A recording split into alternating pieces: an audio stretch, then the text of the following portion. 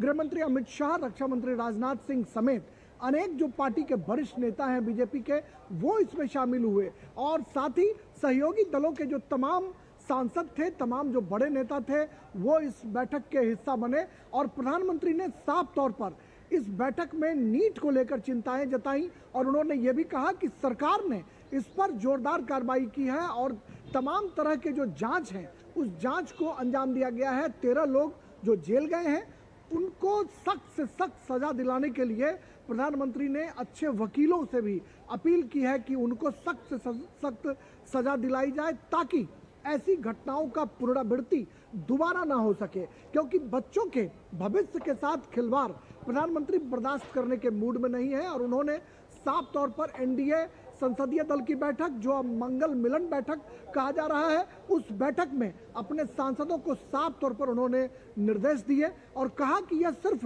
केंद्र की समस्या नहीं है, राज्यों में भी इस तरह की घटनाएं घटित होती रहती हैं और कुछ जो खराब चरित्र वाले लोग हैं वो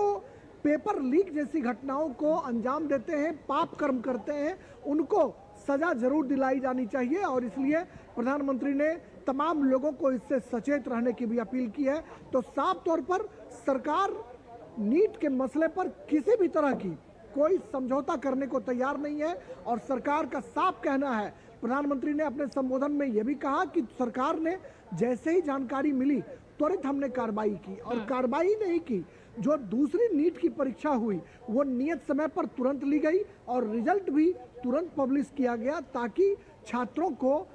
सफर ना करना पड़े, उनका साल बर्बाद ना हो, इसका भी ख्याल रखा गया। तो प्रधानमंत्री नरेंद्र मोदी ने नीट को लेकर जहां चिंता जताई है वहीं जमकर वैसे लोगों के खिलाफ भी आवाज बुलंद की है जो लोग इस घटना को अंजाम देने में संलिप्तता दिखाते हैं, पाप कर्म करते हैं। उसको लेकर प्रधानमंत्री ने काफी गंभीरता दिखाने की कोशिश की है। और निश्चित तौर पर इस बैठक में जब प्रधानमंत्री का संबोधन हुआ उसके बाद जो सांसद बाहर निकले वो पूरी तौर पर उत्साह से लवरेज होकर निकले। हमने एनडीए के राज्यसभा सांसद और प्रमुख साझेदार दल राष्ट्रीय लोक मोर्चा के राष्ट्रीय अध्यक्ष उपेंद्र कुशवाहा से जब सवाल पूछा, उनका इंटरव्यू किया, तो उन्होंने स्पष्ट तौर पर यह जानकारी दी और कहा कि प्रधानमंत्री नीट के मसले में छात्रों के भविष्य के साथ किसी भी तरह के खिलवाड़ की घटना को बर्दाश्त करने के मूड में नहीं है। और शायद यही वजह है कि जो अब तक कार्रवाई हुई है या जो जांच चल रही है उसको लेकर सरकार ने संतोष जताया है और आने वाले दिनों में बच्चों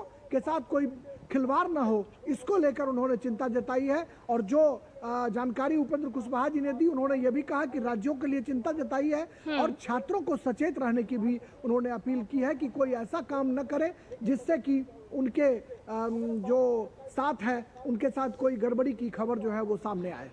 निश्चित तौर पर बैठक में मूल मंत्र देते हुए प्रधानमंत्री नरेंद्र मोदी यहां पर नजर आए हैं। लेकिन राजेश, यहां पर आपसे ये भी समझना चाहेंगे कि कल से मॉनसून सत्र की शुरुआत हुई है, लेकिन कल का दिन हमने देखा कि लोकसभा और राज्यसभा में किस तरह से रहा है। आज भी लोकसभा की कार्रवाई शुरू हुई और 12 बजे तक के लिए स्थगित करना पड़ा है। विपक्ष का रवैया किस तरह का नजर आ रहा है? देखिए, विपक्ष के जो तेवर हैं वो कड़े हैं और ये ऑल पार्टी बैठक जब बुलाई गई थी उसमें जो विपक्ष ने अपने तेवर दिखाए थे संध्या, उससे यह स्पष्ट हो गया था कि संसद का जो मॉनसून सत्र है ये निश्चित तौर पर हंगामेदार होगा। हालांकि अभी भी किरण रिजिजू जो संसदीय कार्य मंत्री हैं